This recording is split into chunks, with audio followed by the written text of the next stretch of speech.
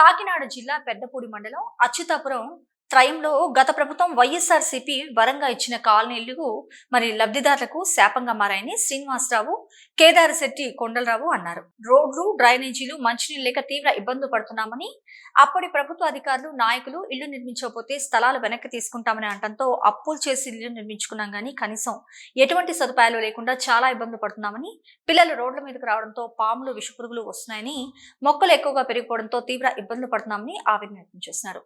చిన్న వర్షం వచ్చినా కాలనీ మొత్తం మునిగిపోతుందని, నడవడానికి కూడా ఉండటం లేదని, పిల్లలు స్కూల్కి వెళ్ళడానికి చాలా ఇబ్బంది పడుతున్నారని, దీనిపై ప్రభుత్వం ఇకనైనా స్పందించాలని విజ్ఞప్తి చేశారు.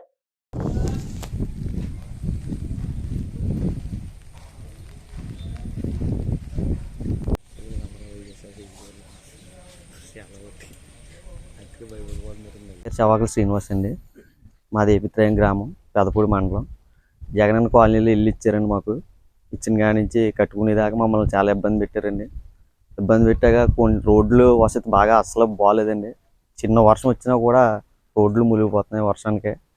దానివల్ల చాలా ఇబ్బంది పడుతున్నాం. స్కూల్ పిల్లల్ని తీసుకెళ్ళడానికి ఆటోలు కూడా లోపల రానంటున్నారండి. రోడ్డు మీద తీసుకెళ్ళి దింపాల్సి వస్తుంది. దానివల్ల జ్వరాలు, డెంగ్యూ, ఇలాంటి మలేరియా ఇలాంటి జ్వరాలు అవి వచ్చేస్తాయండి.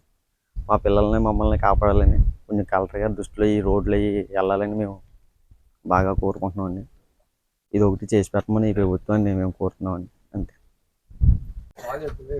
మా రోడ్లన్నీ శుభ్రంగా ఎప్పటికప్పుడు మునిగిపోతున్నాయండి. ఓనత్తే సిని కడితే చాలండి, వెంటనే మునిగిపోతున్నాయండి. మాకు రోడ్లు కొద్దిగా ఏసీలో చూడాలండి. బయటికి వెళ్ళి సౌకర్యం అసలు లేదండి. ఎక్కడికక్కడే మొత్తం రోడ్డు అంతా మునిగిపోయి జారిపోయి ఉడిపోతున్నారండి పిల్లలు. సాయంకాలం ట్యూషన్కి వెళ్ళినాక కూడా చాలా ఇబ్బంది అయిపోతున్నాయండి. పాములు మాత్రం ఎక్కువ వచ్చేస్తుందండి.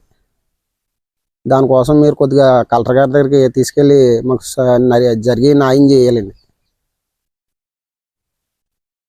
రోడ్ల గురించి చాలా ఇబ్బంది వచ్చేస్తుందండి. నీటిలో మునిగిపోయి నీటిలో నడుస్తున్నాం.